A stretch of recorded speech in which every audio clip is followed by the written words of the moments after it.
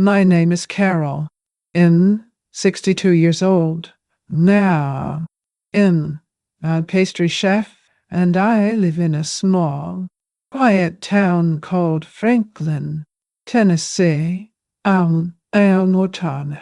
If you saw me on the street, with my apron full of flour and my hair tied up with bobby pins, you would probably say that I am just another sweet lady who spends her days baking cakes.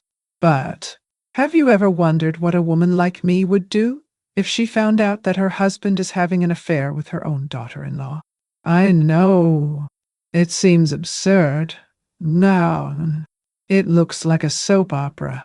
But when life pushes us to ridicule, or we cry, or we react, I didn't scream.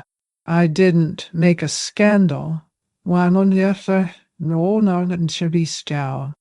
didn't break anything. I just swapped the lubricant I found in my husband's car for industrial superglue. What happened next? Well, let's just say that the city's firefighters, led by my own son, will never forget that morning. If you've ever felt like there's something wrong going on right under your nose, but no one seems to believe you, this story is yours too, because today I'm going to tell you how I discovered everything, how I prepared myself in silence, and how I did justice with the only weapon I had left, my intelligence and the truth. Pasted now. But before we dive into the heart of this story, I need you to know something. When I opened the glove compartment of Raymond's car and found that tube of used lubricant, I didn't cry. I just closed the lid, took a deep breath, and the next day, without saying a single word, I changed the contents to industrial superglue. Hours later, the screams came, the smoke rose, and the city's firefighters, led by my own son, Jake, broke down the door of my house to find a scene none of them will soon forget. They thought they were going to put out a fire, but what they discovered was a truth stuck together with glue, flesh, shame, and sin. If you've made it this far, I ask you one thing from the bottom of my tired heart. Like this video, subscribe to the channel, not as a mechanical gesture, but as someone who says, "In with you, Carol, because what I'm going to tell you now is not easy. It is an open wound that still burns, and telling you this story helps me breathe again. Thank you for being here. I need you with me to be able to finish this. Let's go together. Now, at that time, I still believed that some things you could fix with patience, like a cake that didn't rise properly. You adjust the temperature, change the yeast, and the next batch works.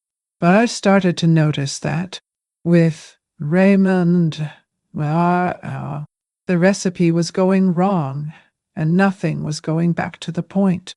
It was in small but persistent detail. He was always a methodical man, somewhat quiet, but he did not disguise well when he was hiding something. It started with the so-called business meetings in neighboring cities, which had never existed before in 40 years of marriage. Out of nowhere, a conference in Knoxville appeared.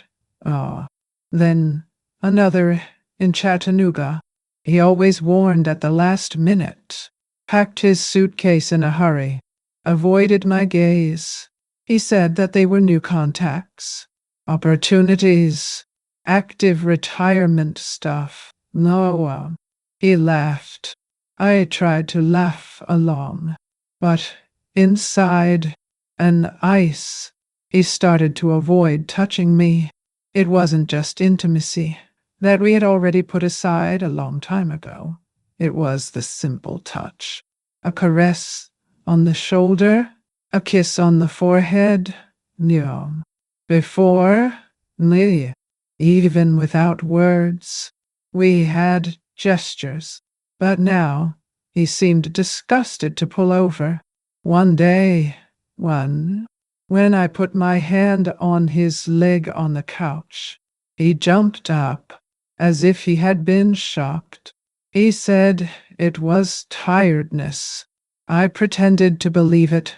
No. But that day, something inside me woke up. It wasn't just tiredness. Sunday dinners, which were once our tradition with Jake and Amber, have started to turn into weird theater. Amber, Buttons, who always helped me set the table, grew colder. And what hurt me the most, she avoided looking at Raymond. Yes, that's right. It wasn't a flirtation. It wasn't a provocation. It was rehearsed distance. It seemed that they had agreed to look too distant, like two poorly rehearsed actors pretending not to know each other. And me, the silly audience in the middle of the stage. I started to pay attention to the bedding.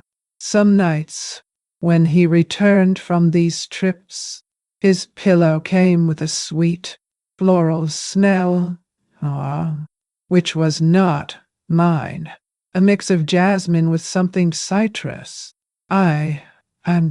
Who have always been discreet, started to store the pillowcases in hidden plastic bags. It may sound crazy, but anyone who has ever felt a fear that they cannot name understands fear of being deceived inside their own home. Fear of being the last to know. Once, I went to fix his jacket and smelled that same smell. Only this time, stronger. No, Tinstow, you got it stairs. When I'm sampled artery. In my pocket, I found a crumpled little note. It was a booking reminder. Table for two, Ristorante Violetta, 8 p.m. That was on a Tuesday. A Tuesday in which he said he would have dinner with a supplier from the city. I kept the note inside my mother's cookbook. Like someone hiding a knife, I started to hear muffled giggles coming from the office at night. When I asked what it was, he said he was watching a comedy video. Once I went there, foot by foot, and heard only a quick whisper. She doesn't suspect anything. And the screen clicking off. My heart jumped. He came out, looked at me, long, and said, "Can't sleep?" With that cynical smile I've grown to hate. I answered with a dry no and went to bed. But I didn't close my eyes. For the first time, I was sure that there was someone else in our story. And this certainty, he broke my soul in two. Tell me something. Have you ever felt that you are being pushed out of your own life, like someone who is taken out of your house slowly, without noise, just because of the coldness, the silence, and the absence of answers? If you've ever felt that, comment below with "I've lived it" or "What a strength." I want to reach one, because I know I'm not alone on this road. But it was on a specific day, a Sunday, that everything became clearer. We were sitting at the table, Amber next to me. You are not tired. Calm. Jake at the end. Raymond had just poured wine, a Cabernet I loved. but he almost never bought. Oh. Amber held the cup as if holding something that burns. When Raymond made a toast, his eyes went straight to her, just for a second. But I saw it. No, I saw the look. And she, pale, immediately turned away. Jake, as always, didn't even notice. He was telling a story from the barracks. It was on that night that my suspicion became a decision. I was no longer going to doubt my intuition. I would investigate, document, and discover everything, detail by detail, because something told me that this betrayal was not just in bed. It was also made of paper, business, inheritance, of what it took me a lifetime to build with my hands calloused with flour and dignity. And I was right. But what I didn't know yet, it was who exactly was with him. Or rather, who had the courage to lie with another woman's husband inside her house and still smile as if nothing had happened. Can you imagine? That's that. I didn't imagine it either, until the day I saw her name. And it was someone who called me mother. That night, Raymond arrived around 11, exhausted, with his shoulders hunched and his shirt rumpled.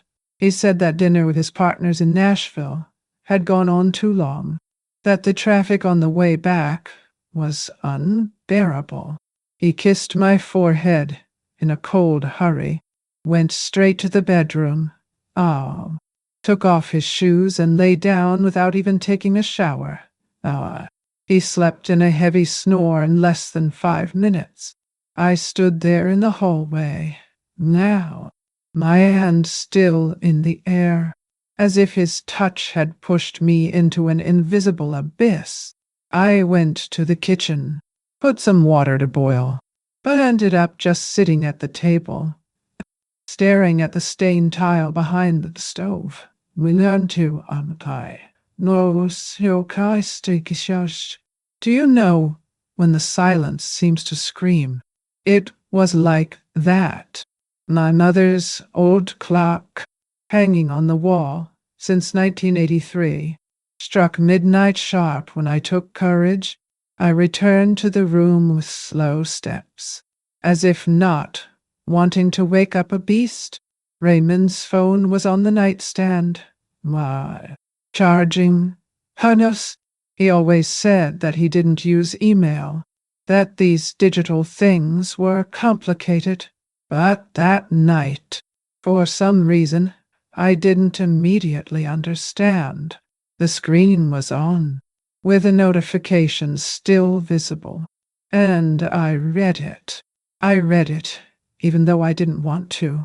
You were amazing tonight, Dad. Wow. It froze my blood. Daddy? The word hammered into my head. We sit quite still now. No, it wasn't our son. He was not a nephew. It was an intimate nickname, the kind that a woman in love uses to tease. I opened the email. No other messages, no name, just a strange address, full of letters and numbers mixed up. I stood there, with the phone shaking in my hand, listening to Raymond snore in the background, as if nothing had happened. I closed the app, took a deep breath, and went straight to the garage.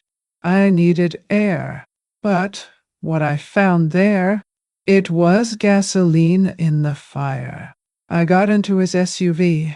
The seat was still warm. The radio marked the last station, an instrumental jazz station he hated. In the coaster, a crumpled napkin with red lipstick stains, and in the glove compartment, A restaurant receipt?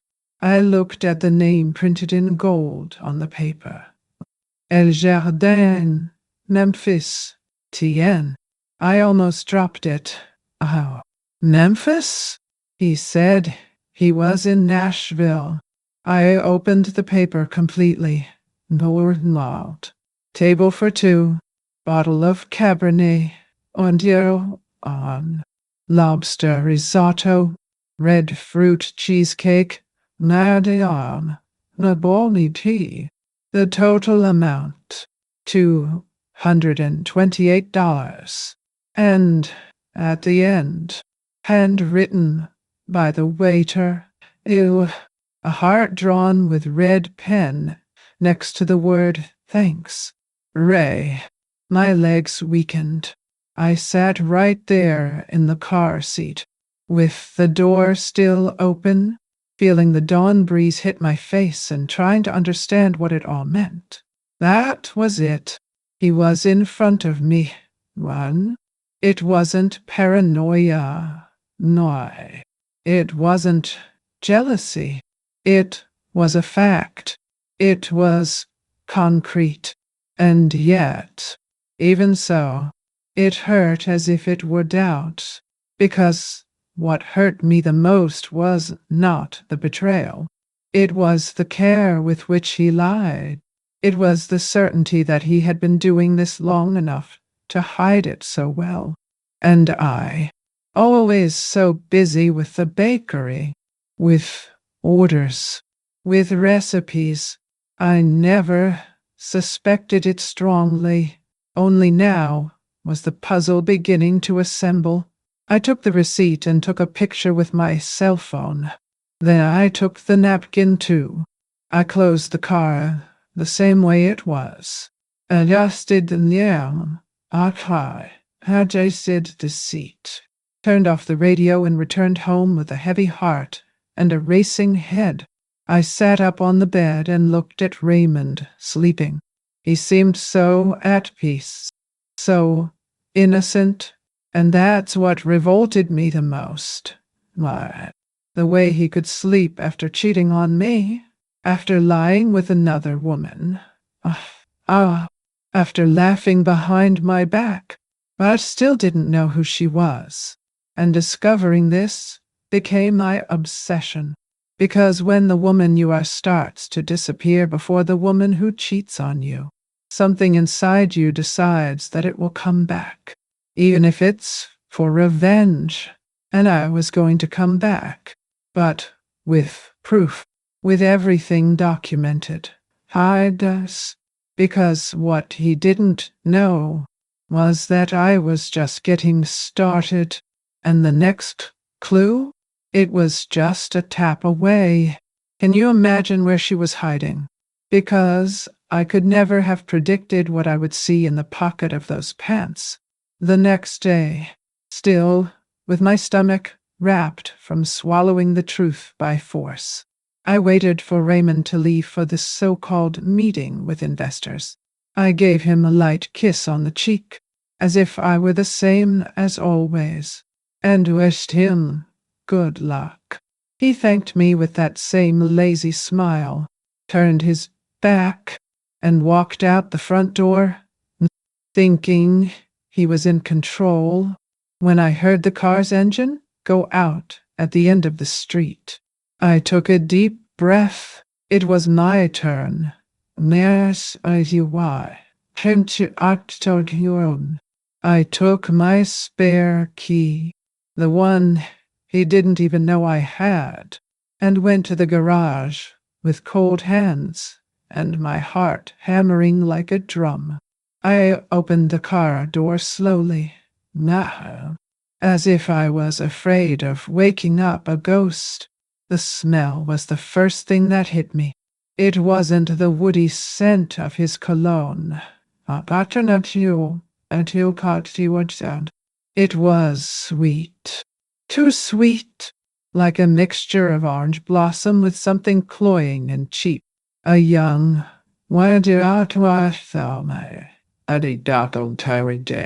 bold, Nisetisaku. Provocative perfume, which definitely didn't suit a man of Raymond's age. I sat in the passenger seat, closed the door, and let the silence envelop me. In the glove compartment, between car manuals and a phone charger, I found a tube of personal lubricant. The lid was dirty, with dry residue. The packaging was half crumpled. As if it had been used more than once. I grabbed it with 2 fingers, without even breathing properly. I felt a bitter taste in my throat. My eyes filled with tears, but I didn't drop any. I went to the kitchen, grabbed a cloth, cleaned what I had touched, and went back to the car. I took pictures from the tube, from the lid, from the exact place where it was. I recorded everything. I needed proof, not crying. I kept looking behind the seat, inside the armrest. Nothing. But when I pulled the carpet on the passenger side, I saw a rolled up piece of paper. It was a napkin with lipstick marks. Dark red. The kind that are printed on wine glasses. I, who am a confectioner, know that a lipstick like this is expensive. More expensive than what Raymond would buy for me. For sure. More expensive than he deserved to receive from any woman. I photographed that too. The napkin, how? The lipstick, now. The position where I was. Then I put everything back on. Straightened the carpet, closed the glove compartment, and got out of the car like someone leaving a warfield. I washed myself entirely. Arms, hands, even my wrists. Not that there was dirt. It was the weight of shame. The feeling that everything I touched there was contaminated. I went into the house and looked at myself in the mirror. It was the first time in many years that I didn't recognize myself. No, the woman in the reflection was not the devoted wife, nor the smiling confectioner, nor Stigwile, girl. She was a betrayed woman? No. But awake. I went to my room. Opened an old box where I kept important documents, and started a new file. Evidence, Raymond, I wrote on the cover. Harris. I put the printed photos, the napkin, inside a plastic bag. I organized everything as if I were setting up a process, because I already knew that wasn't going to end a conversation, and he wasn't going to end with a scream either. It was going to end at the right time. In my time, because revenge, when it is just, needs to be patient. But the question that started hammering in my head, more than who does he cheat on me with, was, what else are they up to behind my back? Because at that point, it was no longer just a body. It was flat. It was a setup. And when I went to get the pants, he left thrown in the laundry that same night. I found a clue that changed everything. Do you think I was prepared for the name that was written on that paper? Well, then, I thought so too. But it wasn't. Not at all. That night, when I took his pants to put in the laundry, I thought I would only find dirty scarves and loose coins, but my finger hit a folded piece of paper, the kind that we almost throw away without looking. I opened it right there, with my fingertips still wet from the sink. It was a business card. High, black, discreet, it was, with silver letters. What? Merritt and Doyle, Advocacia Patrimonial. Below, handwritten, O Sidonam, Hakon, signing on the 28th. Bring the bakery papers. I almost dropped it. Who never let anything be missing in that house? Who built a bakery from scratch with flour? Burns and delivery at 5 in the morning. Was about to be stolen by her own husband. And worse. With legal help, I sat on the laundry floor with trembling legs. I kept looking at the paper as if it were poison, because it was. Poison disguised as a formal meeting. And then I remembered Margie, my friend from church, who one day commented quietly over coffee about a detective who helped women discover these things. She said his name was Thomas. It's discreet. Carol. And when he takes a case, he goes to the end. Without spreading, without judging. The next morning, I called Margie. I could barely say the phrase. I need that number. She didn't ask anything. He only replied, "Do. Write it down." I dialed the number with a shaking hand. A male voice answered firmly. "Why? Thomas. Private investigation." Wow. I introduced myself, said I was friends with Margie and needed help. He listened to me in silence for a few seconds, and then said, "Can you meet me today at 3 p.m. at the Brickstone Cafe on Main Street?" I confirmed it with a thread of voice. I spent the day trying to look normal at the bakery. Baking stuffed dreams, as my own dream of life crumbled in silence. At 2, Pite Dernenhelm, Onole Sub, 45 p.m. and I put on a light blue dress, took the bag where I kept the evidence, and went to the cafe. Thomas was a middle-aged man with a simple shirt and a small notebook.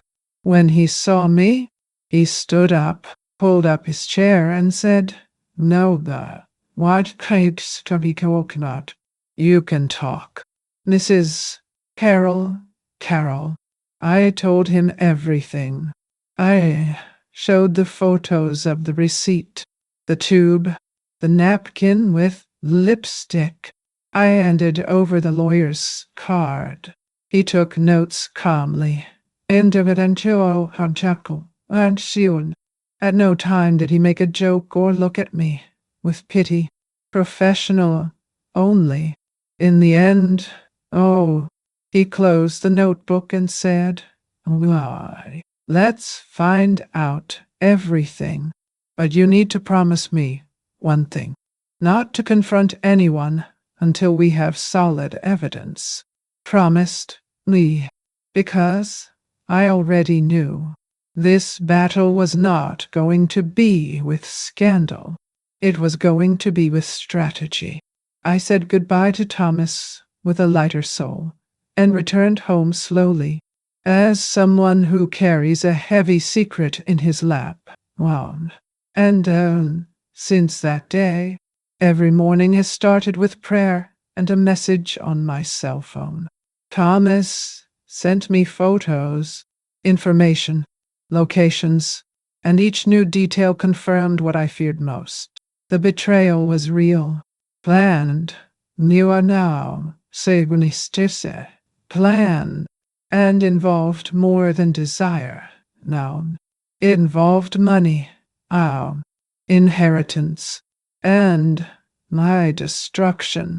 And that's why in here, opening my heart, me, telling my story with every bit of the pain she carries. If you're listening, leave a like on this video and subscribe to the channel, because I still have a lot to tell you, because that was just the beginning. When Thomas sent me the first picture of the woman who was with Raymond, I thought I was going to vomit in the middle of the bakery. Can you guess who it was? I doubt it, because not even in my worst nightmares I would have imagined.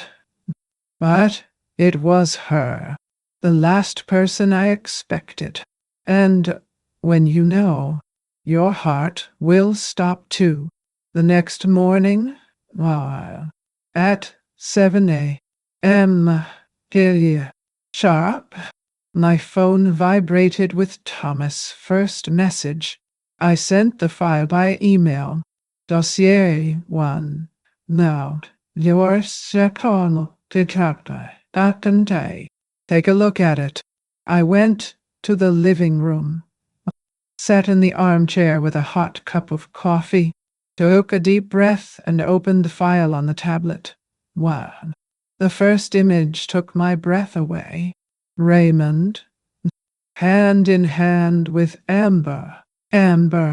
Lily, Seld, Wysiel, Tuckens, Nations, my daughter-in-law, my son's wife. The two of them were at a restaurant I knew well, River and Ash, back in Nashville. Near Wardcom.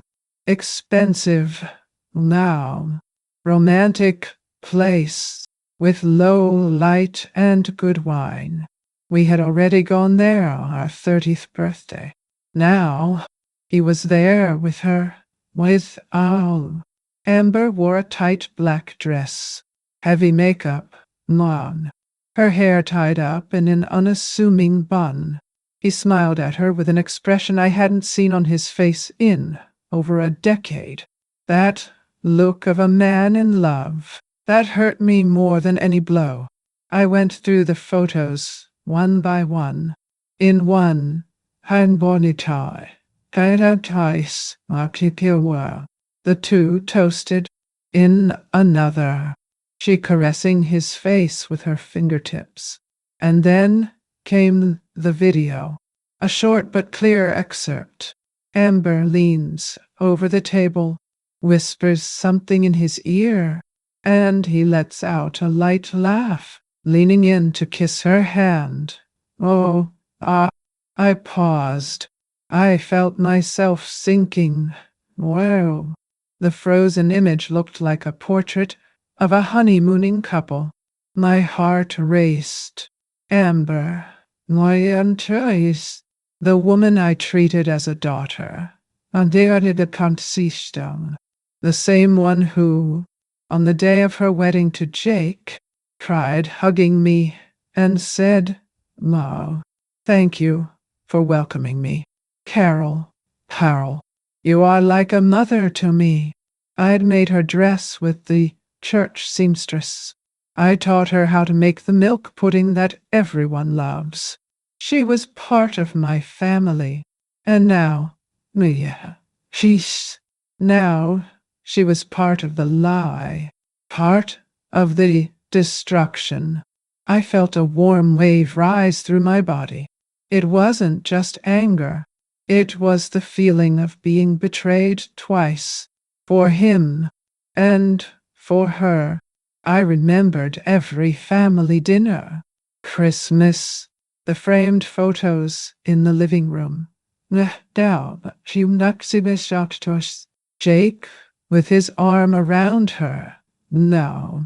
And Raymond smiling behind me like a proud father. And all that. Now was rotten. Yes. I closed my eyes and tried to breathe, but it was as if the air no longer wanted to enter. That was not just any betrayal. It was perversity. It was a conspiracy inside my own house.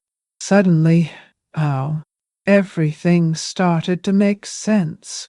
The whispered conversations, the stares avoided at Sunday lunches, the strange perfume on the clothes, the fear of touching each other in front of me. It was not contempt. It was guilt. Guilt that they disguised with distance. And I, silly, thought Amber was just uncomfortable with her father-in-law. Now I understood. She was faking it the whole time. They staged a cold relationship in front of me. To hide the fire they lit behind my back. And the worst, Jake didn't know anything. My son, the man who risked his life every day at the fire department, who called me just to find out if I was eating right, who thought he had found the woman of his life. He lived with one lie in bed and another as a father. And me? I was the idiot in the middle of it all. Then the iron silver. But not for long. I saved all the images, the video, and printed them on photo paper. I put everything in a red folder and wrote, in firm handwriting, truth. I kept it in the locked drawer, along with the other evidence. And at that moment, I swore to myself that it wasn't going to end with tears. It was going to end with justice. But for that, I still needed to understand one thing. Why were they doing this? What was the goal? Because a case is one thing, but what I was starting to discover, it was a plan. And are you ready to know how far they wanted to go? Because what I heard in the next audio, everything changed. Everything. That week, I was closing the batch of apple pies to deliver to Pastor Bill's restaurant when I received a new message from Thomas. It was short, direct. I need you to listen to this calmly. I recorded it last night in the parking lot of the Maple Grove Inn Hotel. They were inside the car. I sat on the kitchen stool at the bakery, took off my silicone gloves, and put on the headset with my hands a little shaky from sugar and nerve. I hit play. The sound began with a slight hiss. Then voices. Hers first. Amber. Lines. My daughter-in-law. My dear Tom. I don't sense. With that sweet voice that I knew so well. Now, cold and practical, as if talking about a change of clothes. Sign these fake papers right away. I want her out of the bakery before the fall. My heart jumped in my chest, and then came his voice. Raymond, how? Laughing softly. Carol is naive. She signs anything if she thinks it's in the family's best interest. I paused. How did he? I looked at my kitchen floor as if the world had collapsed right there, between the sack of flour and the pie pan. That audio, it was more than treason. It was an attempt to erase my existence. My story. They didn't just want to live a forbidden romance. They wanted to get me out of the bakery. The bakery that I built with my arms and soul. My identity. The inheritance that was for Jake, for our family name. What they planned was dirtier than I imagined. It was a coup. A silent expulsion. They were going to push me out with fake signatures and fake smiles. And I wouldn't even notice. I found myself signing some paper, thinking it was a document from the city hall, and actually handing over everything that belonged to me into the hands of the woman who slept with my husband. The woman who called my son Love. It made me anxious, but I took a deep breath. I knew I couldn't act on impulse. What saved me was that audio, because he took away the veil of emotion. The crying is over. Crying over. The nostalgia for what we were is over. From then on, what I stopped being a wife and became a guardian. From my story, of my blood, of what I built with more sacrifice than anyone imagines. What? They didn't know? It's just that those who have spent their lives waking up at 4 in the morning to open a batch also know how to wake up to defend what is theirs. And if you're here with me until now, Dad, listening to me, hold my hand until the end, because worse things are yet to come. I know it's hard to believe, but the most absurd part, it's yet to come. And when it comes, you'll understand why I was never the same again. Because how far does the cruelty of someone who smiles at you in the living room while planning to snatch you from your own house? Do you want to know what I did with that audio? And how did I turn pain into strategy? So listen to what came next, because that's when my revenge began to take shape. I've always heard that when a woman is silent, that's where the world should start to worry. After that audio, after hearing with my own ears that they wanted to take me out of the bakery, not through the front door, but through the back, something inside me turned to stone. I didn't cry. I didn't scream. I didn't break anything. I just sat in my corner of the kitchen, where I kneaded dough on the hardest days, and stayed there for hours in silence, wearing an apron, with his eyes open, without blinking. Their plan was to erase me. Mine would be to write the last page of the story with my own hand. Well, I remembered that in the bakery's pantry, Mom, I kept a transparent industrial superglue. I used it to glue cabinet handles, broken baseboards, small maintenance that I did myself, without depending on anyone. The glue was potent, almost odorless, and hardened in seconds. That night, when Raymond slept, I grabbed the spare key to his car and went to the garage. In the glove compartment, the tube of lubricant was there. I took it off carefully. I took it to my room, put on a glove, emptied the contents in the trash, and filled it with glue.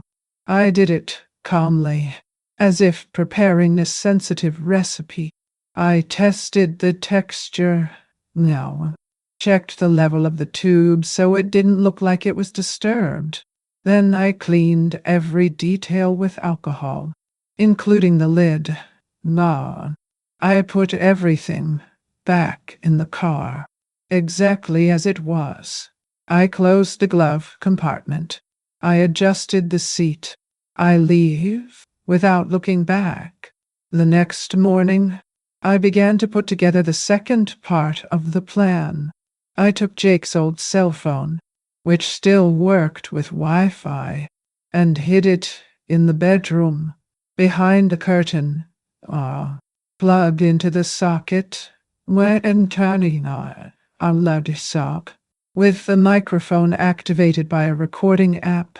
I sensed with my phone when every time someone spoke in there, I would hear it. Now, I also set the trap in the kitchen. I attached thin, almost invisible string to the stove igniter knob. At the end, a frying pan with oil and onion. If someone were to light the fire carelessly, without knowing it, the smell of smoke would rise in seconds. It was my alarm, because I knew that at some point, while they were in my house, they were going to be careless. None. And when the smell went up, neighbors would call for help, and who would come? My son, Jake, the city's fire chief. The plan was set, and as absurd as it sounds, I was calm. Nay, und I still war cold, steadfast, nay, like I've never been, because it was no longer pain, nor anger, nay, it was justice. They would taste the taste of their own poison, and I would be there, in my chair, with my test folder, and waiting, and no, Tabernacle, Listinaka Apther. Look, if there's one thing I've learned in this life, it's that a woman who was betrayed by the one she loved, it will never be the same again. She becomes a force of nature, who has already been broken and remade. You know what I'm talking about. And if you, on the other side, have already felt this silent turn inside your chest, comment below with a simple, I understand you, or it's true, because only those who have passed it know. Only those who survive abandonment with elegance understand the strength that is born later.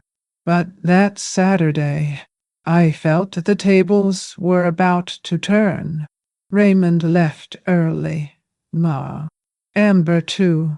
And when I came back from the bakery, I found the front door ajar. I climbed slowly. I took off my shoes, and at the top of the stairs, I heard muffled whispers coming from the bedroom.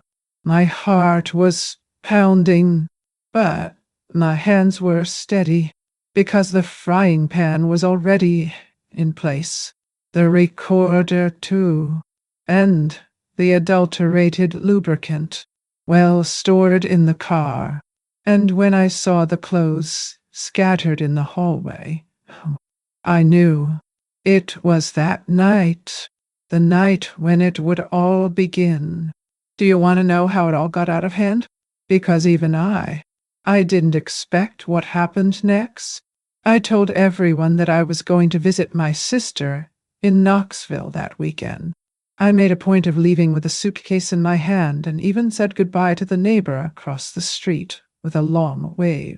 But when I turned the corner, I went straight to the house of Mrs. Ruth, my longtime friend and neighbor of the back house, who was already on top of everything. I went up to her attic room, which had a direct view of my kitchen and the side entrance. From there, with my cup of tea in my hands, I waited. The heart felt like a drum, but my expression was serene, because those who hope for what is right do not need to hurry.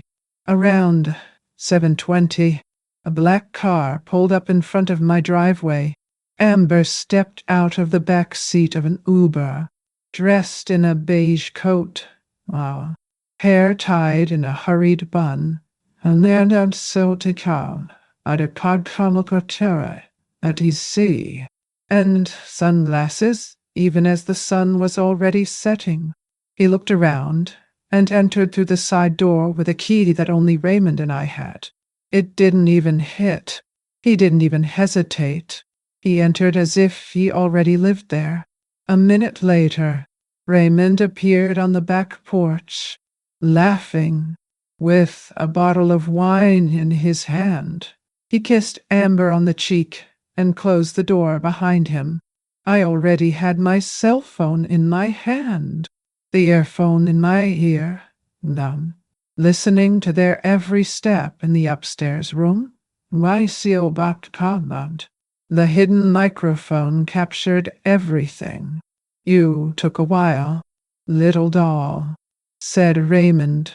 Now, his voice soft. You'll reward me well, she replied. Nay, so that too, laughing. I listened to everything quietly, without blinking. Where's the lube? He asked. It's in the glove compartment of your car. I saw it when I arrived. Go get it. Quickly, she said, laughing. Their voices mixed in whispers. Then muffled laughter. Then quick steps to the garage. The time between him getting off, opening the car, and getting back on was less than 2 minutes. And then silence, a strange silence. And then came the scream, a high-pitched, desperate scream, as if the whole body was on fire. Ah, my God, it hurts. I can't move. It's Grudado? It was Raymond. Wow. Soon after, her voice, trembling, in shock. Men, take it off. Take it away from me. Im glued. Now ciao. Nerso covers it you. And more screams. I almost put down my phone. But no. I took a deep breath, opened the app, and activated the stove mechanism. The string of string activated the igniter. Whoa, wow. The flame approached the frying pan with oil and onion. Why, hell. And in seconds the smoke began to rise. I saw it from Ruth's window when the first dark cloud came out of the kitchen window. Ruth, well, who already knew, feigned surprise and called 911. Neighbors began to leave the house, pointing, frightened. No, Adidiha. Dreams came from within, and that's when I heard the siren. The fire truck turned the corner like lightning. The heart beat differently, because I knew who was behind the wheel. It was Jake, my son. He jumped out of the cabin with the door still moving. Oh, what, Wanda? My house. It's my mother's house, he shouted to his classmates, running with the fire extinguisher and the axe in his hand. The neighbors were screaming. The smoke was dense, but not dangerous. The intention was never to hurt anyone. Just show. Only illuminate the truth. The firefighters entered. Down. And there they were. Naked, glued, crying, begging for help. Amber screamed that it was a medical emergency. Raymond said he was being the victim of some unknown chemical reaction. I, from the top window, just watched. The world stopped. Jake left the house pale, upset, being pulled by his classmates. The radio on his shoulder spoke loudly, asking for backup. And at that moment, from up there, with the whole city watching, The truth ceased to be my silent wound, and it became their public shame.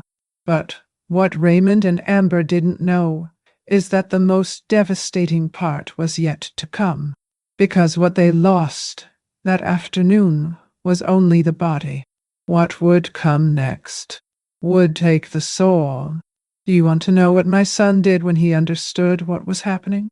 Because at that moment, he had to choose which side to stand on, and his choice would change everything. Jake rushed into the room, the smoke already dissipating with the jet of air that one of the fellow firefighters directed to the open window. The fire, why, hardly did on, as planned, had not even formed. Only smoke, only fright, enough to make the whole city stare. And there, in the center of the scene, were they, dwelled, held, unnotably, Raymond and Amber, naked, desperate, covered with hastily pulled sheets, glued to each other in a grotesque, tragic, almost comical way. If it weren't so cruel, they both screamed at the same time. It was an accident. Help me. Jake! It's an emergency. Well, I stand on himself. Please. But Jake, he froze.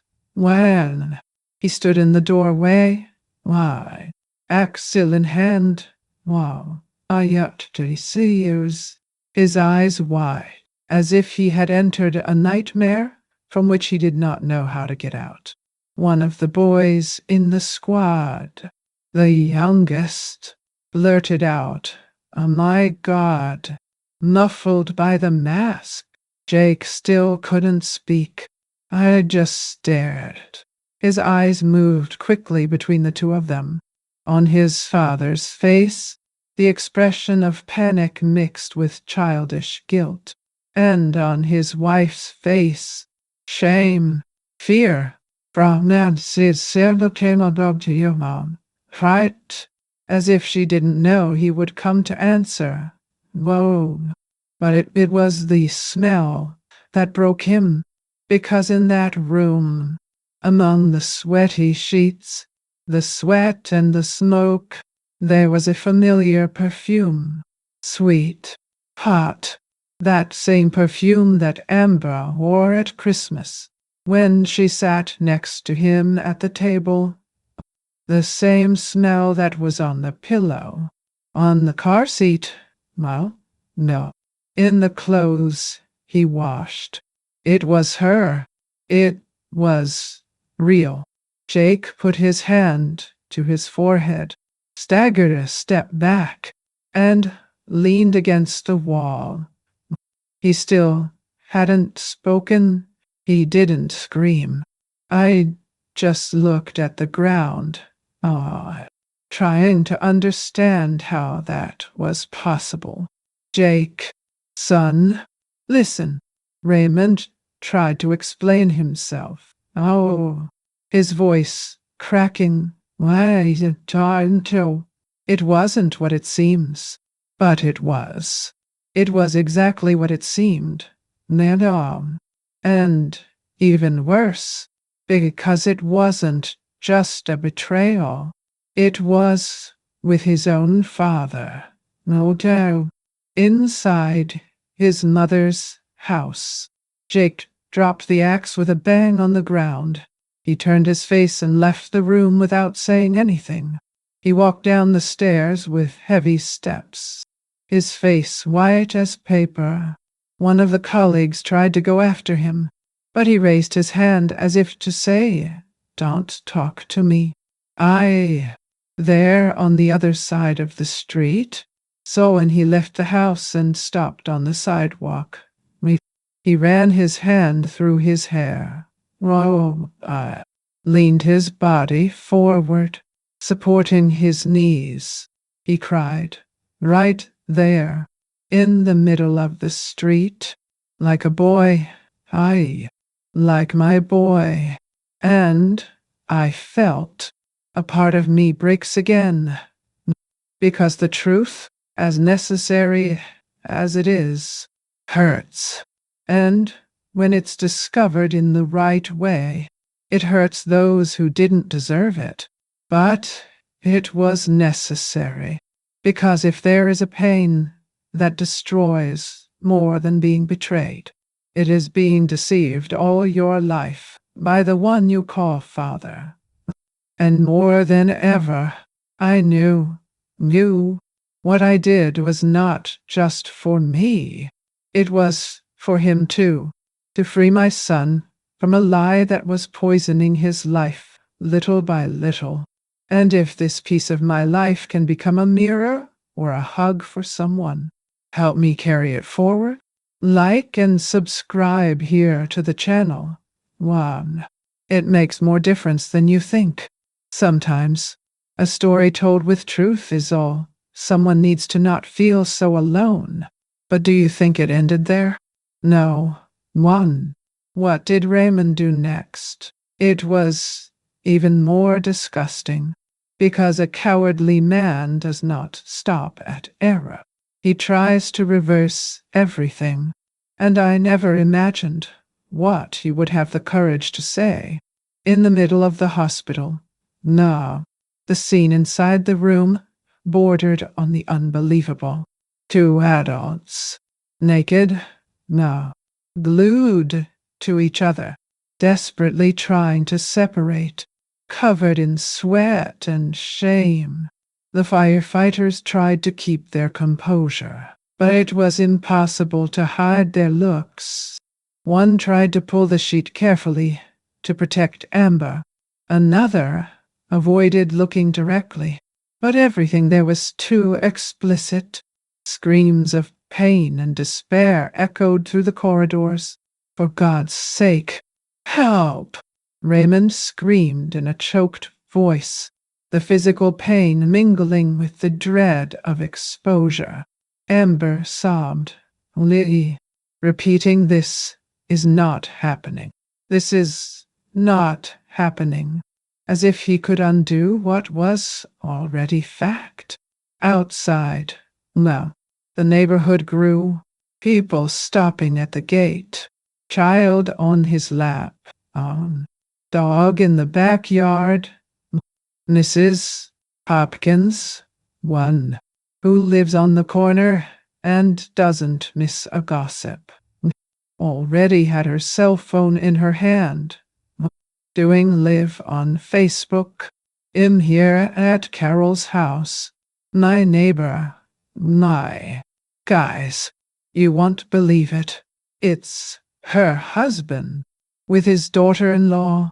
That's exactly what you heard. The video went viral in the neighborhood even before the paramedics arrived. The whispers turned to loud murmurs. In the wife's room, my God, the woman raises her daughter-in-law as a daughter, and she does it? And the son, poor Jake, and the worst, that was not said in secret. It was shouted, now, commented out loud, without any delicacy. The shame was public. When the paramedics arrived, there was nothing left to hide. Nihal, Amber, and Raymond were pale, trying to cover their faces. The two were taken away on separate stretchers, with thick cloths on top, as if that would erase what everyone had seen. But it didn't erase. Nothing else erased. I watched from Ruth's window, motionless, no celebration, no smile on his face, because it wasn't victory, it was justice. And justice sometimes also hurts, but it needs to be done. While the people filmed, while commented, wow, Fred, Pinon, Hamilton Siha, und der Antwort ja, die Stellen. I thought about how cruel the world can be to those who choose to betray, because one thing is the secret, another is the scandal. The secret corrodes inside. The scandal devours from the outside. They tasted both, and every crooked look, no, every muffled laugh, no, every pointed finger, it was just the reflection of the rot they tried to hide. And you know what? As hard as it was to watch all this, as deep as the hole where they threw me was, I wasn't done yet, because while Amber was being treated at the hospital with minor burns, and Raymond screamed in pain from the clinging skin, I prepared the last part of my answer, and it wasn't for them. It was for those who really mattered, because this story, as dirty as it was, I could still leave something clean. He could still save those who were worth it, and I knew that this moment was yet to come. If you thought that was shocking, just wait until you see what happened when I found my son in the hospital hallway, his eyes watering and his heart in ruins. He asked me a question, and the answer I gave, everything changed. I arrived at the hospital in simple clothes, madame, with a bag in my hands and a serene, almost maternal expression. Now, I walked slowly through the corridors, as if coming to see her husband and daughter-in-law injured. Nurses recognized me at the reception, and one of them, the youngest, named Jessica, smiled, mild, a little embarrassed, as if she didn't know whether or not to comment on what she saw in the video from the night before. "Do you want to leave this in their room?" he asked, pointing to the bag. I nodded.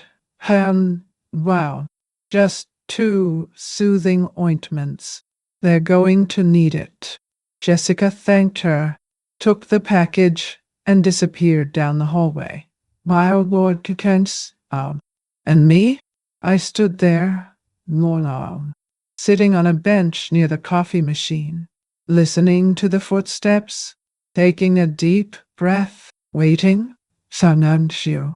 The minutes passed slowly, like bread dough rising under the damp cloth, until, suddenly, I heard the first sounds. First a muffled ee, then a sharper scream of a woman. Amber, how? And then the full chorus. Ranizukinderi, Sierra, Lanciare, and they shroud at the Machiski. Doors slamming. Confused voices. A nurse ran in the opposite direction. A doctor came out of the emergency room by tightening his glasses to his face. And in the midst of the confusion, I heard the phrase that echoed like music. "What did you go through in the body?" It's burning like wildfire." I just crossed my legs. I breathed slowly, because I knew exactly what they had gone through in the body. It was strong. Mustard. The very American, spicy one that we use in hot dogs in the park. I mixed it with Vaseline, put it in the original jars of soothing ointment, and sealed it with clear tape. It looked like medicine, but it was punishment. And once again, no one was suspicious, because I'm not the kind of woman who screams. I'm the type who observes. Plan. Wait. The scream spread through the corridors, as if the hospital had caught fire. But it wasn't fire. It was true, burning the skin of those who lied. And I was there, with my warm coffee in my hand. I saw Jessica run by, without even looking at me. Ah, and all I did was get up and walk to the bedroom door. They were inside, writhing, as doctors tried to understand what was happening. The pain in their eyes was only part of the bill. The biggest part was yet to come, because there are things that medicine does not cure, and one of them is the contempt of his own son. But before leaving, I stopped at the exit, leaned against the wall of the hallway, and took a deep breath. You know, it's curious how some memories stay with us like a scar. No matter how much time passes, they come back with smell, with sound, with detail, and that afternoon in the hospital, will it accompany me to the end? Because it wasn't revenge, it was justice. Silent, now exact, without exaggeration, only justice. And if you're listening to me now, also have a memory like this, striking, unforgettable, noun, it's an unforgettable, that still moves you even after years. Tell me here in the comments. He writes from the heart, even if it's just a sentence. It can be a "I've lived it" or "It touched me too much," because sometimes sharing the pain is the first step to healing. But, oh, as I said before, this was not all the end yet, because while Raymond burned on the outside, what I prepared for him, it was going to burn inside. Do you think he lost everything? Not yet. But what came next? He took from him what hurt the most. Pride. And that's when he fell for good. Literally almost on. The next day, I returned to the hospital, this time without a disguise. I entered with my head held high, my hair tied in a firm bun, light clothes, flat shoes, and a brown envelope tightly closed in my hands. The silence in the corridor was different from that of the previous day. Now, the nurses already knew who I was. They did not look at me with pity, but with respect. Some even lowered their heads when I passed, because it's not every day that a betrayed woman walks to the end of hell with a straight spine. I entered the room without knocking. Wow. Raymond was sitting, his face swollen, now bandages on his arms, but his eyes still full of arrogance. Amber was next to her, without makeup, hair tied up anyway, holding a glass of water with trembling hands. Jake was already there, leaning against the wall, nervous, still in his firefighter uniform, his face closed. He didn't look at me when I entered, but it remained. And that was all I needed. I did one sashtra. I went to Raymond, placed the envelope on his lap with the delicacy of someone who delivers a freshly baked cake. He tried to catch it, but I held on for another second. Look at me, I said. I did so well now. I found. You're going to sign this here, not because I'm asking for it, but because it's over. You ended it all. Now, it's my turn to close. He didn't say anything. He just lowered his eyes.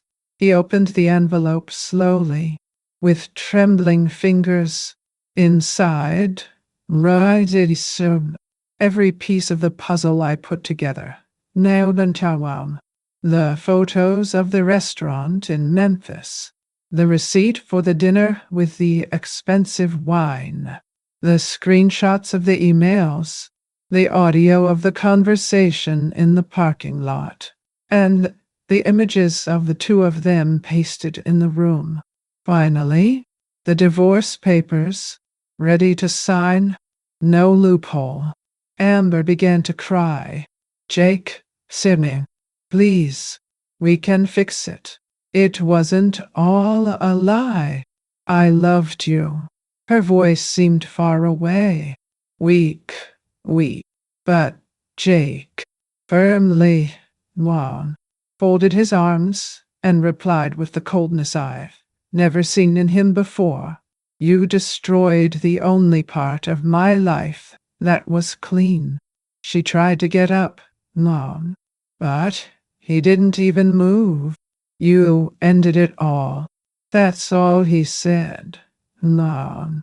And I felt there, at that moment, my son was born again.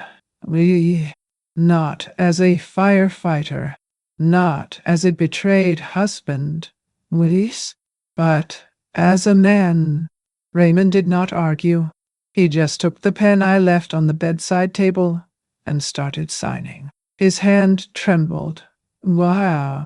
Sweat fell from his forehead, but he didn't have the courage to look me in the eye again. When he finished, I folded the papers.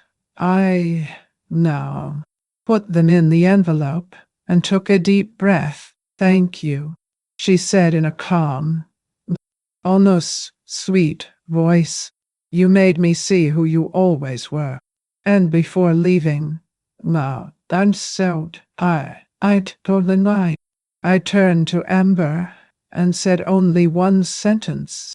You were the daughter I chose, but there are choices that we need to undo. She broke down in loud tears, covering her face with her hands. Jake turned his face to the side, but as if he didn't want to see it anymore. I left the room unhurriedly, without looking back, and in that white, empty hallway, I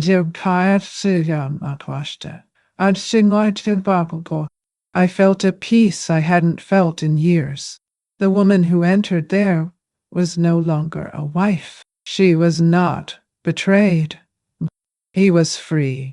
But as much as that was the end point between us, the story still had one more twist. Because when a man loses everything, or he sinks, or tries to sink those who remain, and Raymond, I still didn't know what I had prepared to protect what was mine. Can you imagine what he tried to do after that? That's that. Me neither. But when I found out, I made the hardest decision of my life. The news spread faster than flu in high school. In less than a week, Raymond could no longer go out to buy bread without hearing a whisper. The town of Franklin may be small, but it has a long memory. And when the shame is public, justice comes without us having to raise our voices. The first consequence came from the garage itself. Raymond had been doing small repairs there for years, always saying it was just to pass the time. But it was enough for someone, it wasn't me, to send an anonymous complaint to the licensing department. And 2 inspectors showed up one morning with a block of fines in their hands and the face of someone who already knew what they were going to find. No permit, no security, no up-to-date registration. Well, in less than an hour, they sealed the workshop. Sealed the workshop.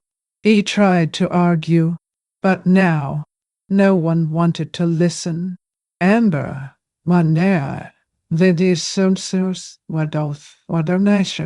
who worked in a downtown boutique, was called by the manager 2 days after the scandal.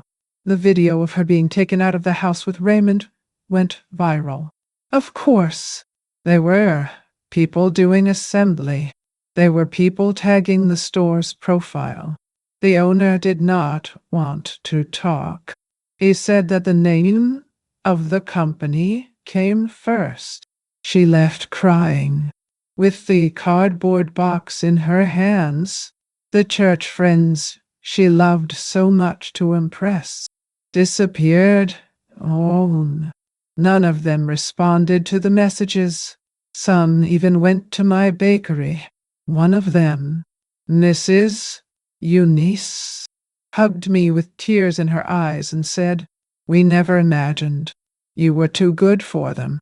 Even the church choir dismissed Amber from the Christmas solo. And Raymond? Well, a rumor began to circulate among the neighbors. He and Amber had been seen in Smyrna, a neighboring town, asking for basement rental. It doesn't marry. Cellar. A damp corner under the house of a lady who rents rooms to couples without good credit. I heard it from the mouth of one of my customers, who told it to me while paying for 3 pumpkin pies. And look, I didn't celebrate. I didn't toast. I didn't jump for joy. I only closed my eyes for a second and thanked him silently. Because sometimes the world is in charge of giving back what we deliver. And when we deliver lies, deceit, betrayal, and that's what comes back. I never needed to curse. I never needed to take revenge with anger. It was time, truth, wit, and dignity that did the work. And looking at all this, I realized that my greatest strength was never my calmness. It was my faith that the right, sooner or later, nearabog a desunter santon, imposes itself. Raymond lost everything. Amber lost everything. And I won myself back. But despite justice, there was still one last wound to take care of, because not everything in that story was solved. There was something, or rather, someone that still kept me up at night. Do you know when life seems to be rebalancing, but a little piece is still missing? That's that. I still needed to make one last visit, a conversation that I postponed for too long, a letter that I never delivered, and the truth that was still stuck in my chest. Can you imagine who this conversation was with? Because when I knocked on that door, I didn't know if I was going to be heard or expelled. He arrived with only one suitcase. He knocked on the door of my house as if he already knew he would be received, but without knowing exactly how to start. I opened it. I saw those tired eyes, that face that was so mine, new, and only said, "Wow, there is hot soup in the pot." He entered without saying a word. Nah. He left his suitcase in the corner of the living room and sat on the sofa in the kitchen, the same one he spilled milk on when he was little. The silence between us was not uncomfortable. He was full of respect, of pain too, of course, but it was as if his presence said, "I can't stand pretending that everything is okay anymore." And neither is it. No, now, our catch cell was certain. It is so no commercial. In the days that followed, I am the deal by that calm. Daniel stayed. Now, I slept in his old room, which I kept as it was, even after I was married. He started to help me in the bakery, first cleaning the molds, then arranging the window cakes, and a week later I was already at the counter, serving customers as if I had done that all my life. He spoke little, but acted so carefully. He looked at me with a mixture of guilt and affection. I never asked anything. I never covered any conversation. True love requires no explanation. It flourishes in silence. It grows with time. Sometimes on Saturday nights, we'd make pancakes and watch documentaries. Once, he stopped in the middle of an episode about oceans and said, "Wow, Mom, you deserve anything that happened." I put my hand on his and replied, "And you are not to blame for anything they did." And there, Mom, without drama, without soap opera tears, something was sewn between us, a new thread, a start. Daniel laughed softly again, as he did when he told a bad joke at school. He started leaving notes in the fridge. "Bakery closes at 6 p.m. today. I made coffee. Don't forget to rest." Small things, but that filled my chest with such a great peace that I didn't even know if I would ever feel it again. One day he surprised me with a bouquet of field flowers. He said, "For you, for everything." And I cried. Oh, not because they were flowers, but because he remembered, and because even with his heart patched, he still knew how to take care. There are things that we live and keep, but maybe by telling, we help another heart to breathe. So, if this story is touching you in any way, enjoy this video and subscribe here to the channel. Let's make this conversation reach those who need to listen, because real love is not what it promises. It's what stays when everything collapses. And if you think it's all resolved, not yet, because there was a person who came to me in an unexpected way, a visit that I never thought would happen, and the question she asked me, it took me apart. Do you have any idea who it was? And what I answered? Oh, it still makes me tremble inside. Well, it all started with a small article in the local newspaper. A reporter from the community radio showed up at the bakery, asking permission to ask some questions. I thought it was about the promotion of the muffins or the new flavored coffee that Daniel had helped choose. But no. And Ace, she wanted to know my story. "No, Dan, I'll be Jessica. Are you Carol Wilkins, the bakery owner who survived Franklin's greatest betrayal?"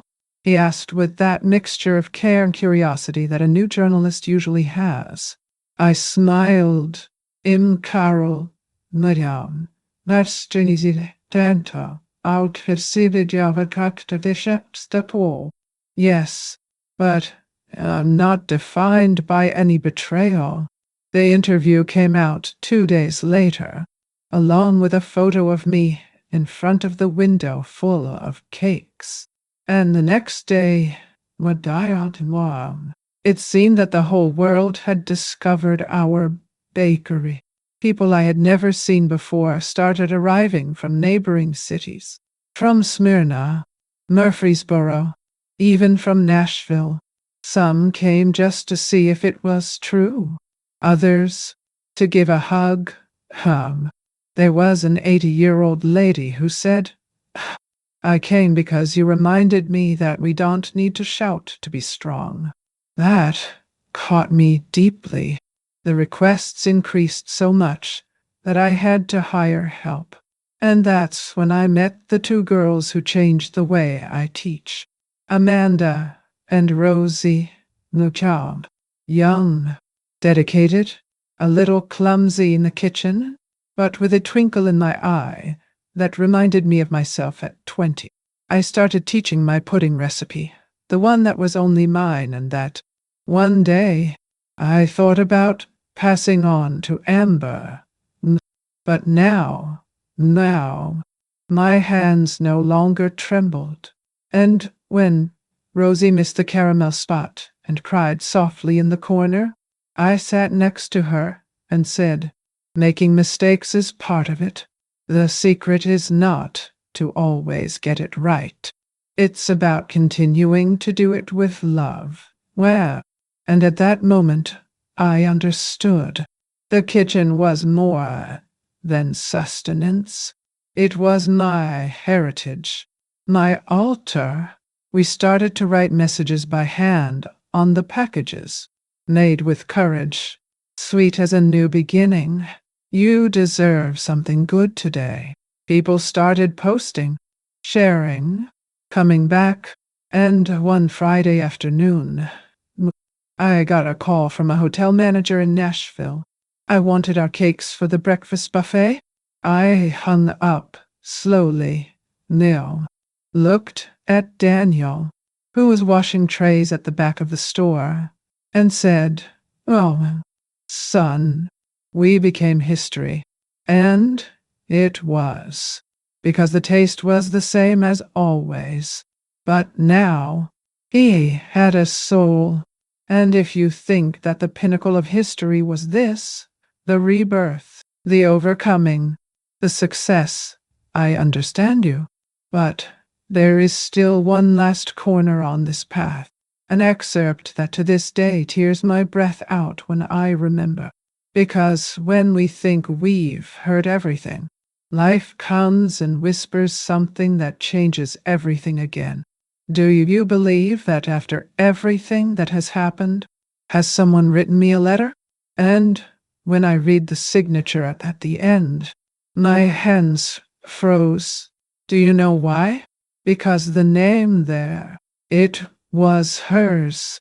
And what she told me in that letter, it was the most unexpected request I have ever heard. Can you imagine what it was? Because that's when I needed to take a deep breath and decide if my heart was ready to forgive. That Sunday morning, the sky was a clear blue that made even the most tired heart open a little. I was in the bakery's kitchen, checking the egg supply. Una is hard, when I heard the doorbell ring. Ooh, I thought it was an early customer or some neighbor passing by to get coffee. But when I turned around, can you see? I saw Reverend Cole standing, his hands folded in front of his chest and a white envelope firm in his hands. He greeted me in that respectful, slow manner, "What ties you well?" and said, "Sister Carol, if you have a minute, this is for you." He held out the envelope as if delivering a flower. I wiped my hands on my apron and slowly took it. Inside was a letter, simple, no frills, signed by 42 members of Franklin First Baptist Church, people who saw me grow up, people who ate my bread for decades, people who hugged me on one side and doubted on the other. The letter said that they owed me an apology. That the beginning of the rumors? Oh, when everything seemed too confusing to be true. Many preferred silence or distance. But now, seeing what was confirmed, seeing how I conducted everything calmly and with dignity, they felt not only remorse, but admiration. Your faith, Sister Carol, is a living preaching. You never needed a pulpit to teach us. And for this reason, this Sunday, the service will be dedicated to female strength, and you will be on the first bench. If you wish. I sat right there, in the wooden chair behind the counter, with the letter between my fingers, feeling the words enter like a bomb.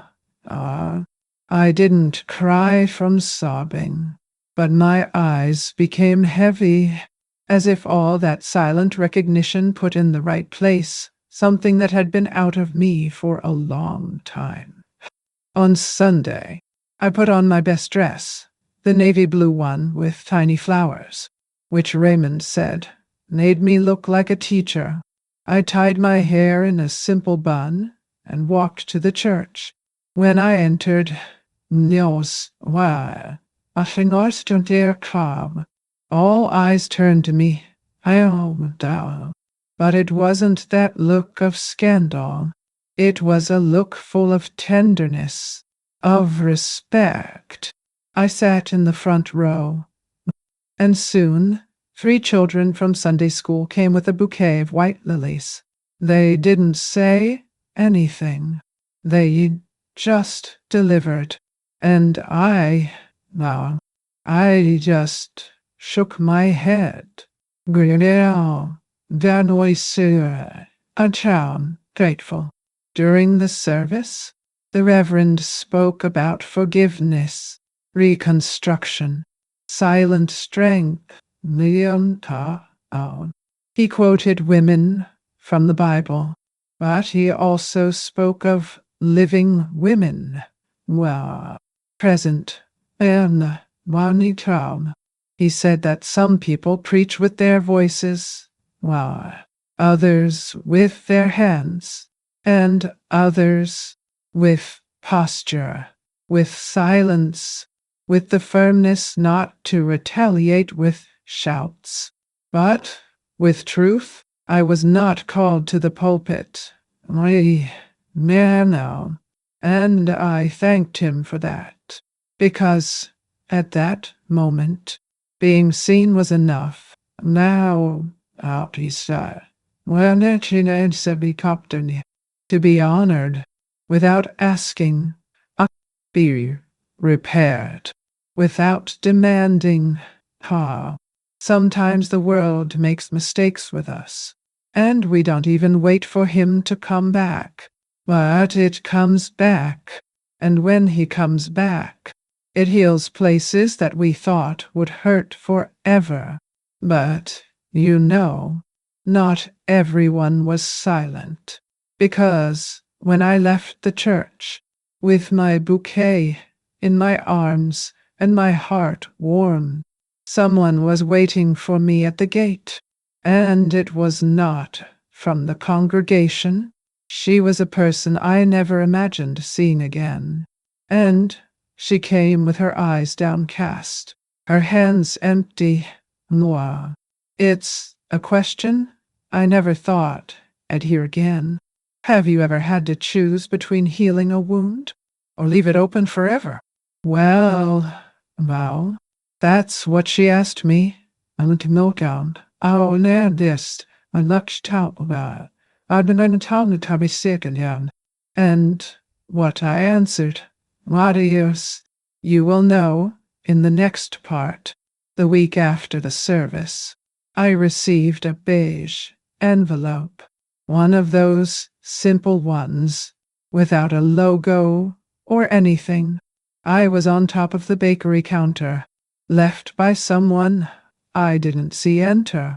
I opened it carefully, imagining it to be another letter from a client, a common thing since the article came out in the newspaper. But what I found was an invitation, handwritten, in firm handwriting. Meticulous, Miss Carol Wilkins, when I dear come, and we would like to invite you to conduct a workshop on confectionery and women's entrepreneurship at Williamson County Community University. His trajectory is an example of overcoming and silent leadership. We look forward to seeing you. I stared at it for a while. My heart was a little tight. Me? Teaching? King, me, and lecturing? Soon I, who learned everything by myself, making a mistake, burning a batch, sticking a recipe on the pantry wall. But something inside me said, yes, that maybe it was time. Not out of vanity, but because if there's something I learned from this story, is that dividing our walk can light someone's road. On the day of the workshop, now, I put on flowered apron, the old one, and so, faded at the edges. I took 2 molds of homemade muffins, a box with ingredients, and my pudding recipe folded in 4, kept in my pocket like an amulet. When I arrived at university, I saw women of all ages waiting for me, some with notebooks in hand, blue books out, others with only their attentive eyes, as if they came to listen more than to learn. Me, Christ. And I counted not the scandals, not the sordid details, but the essence. I talked about starting over after losing everything. I talked about holding back the tears while the dough rises in the oven. I spoke of the strength that we find when we no longer have any support, only our own backbone. And then, at the end, a girl in her early 20s approached. She had hair tied up in an awkward bun and big eyes, the kind that carry the world inside. He held out his hand to me and said, Mrs. Brown, Carol, I wish I had your strength. I looked right into her eyes and said, oh, wow, as if I was talking to myself. Years ago, strength comes when we have nothing left beyond ourselves. She smiled, oh, and in that smile, I saw the girl I was and the woman I became, because sometimes the pain digs so deep that we think it will disappear inside it. But it is in this hole that we plant the seed of our own strength, and it flourishes. Oh, how it blooms. But you know, right? Every history that is reconstructed carries one last loose thread, a note, a reunion, a pending conversation, and I thought everything was already resolved, until the day my doorbell rang. It was late afternoon. The golden light crossed the kitchen, went down, and when I opened the door, person out there. It was him, Raymond, aged, with eyes that didn't know where to land. In his hands, an envelope, one envelope, or you just ceased, and on the lips, I never imagined hearing from his mouth. Well, can you imagine what he said? Because the answer I gave, it was not what he expected. Raymond looked at me with those worn eyes of someone who had nothing left to hide. He said he didn't come to ask for anything. He just wanted to give me that envelope. I opened it right there in front of him and found a handwritten letter, the words trembling, as if they were heavier than paper. No, he asked for forgiveness. He said that he had been weak, cowardly, that he had no idea of the value of the woman with whom he had shared his life for more than 40 years.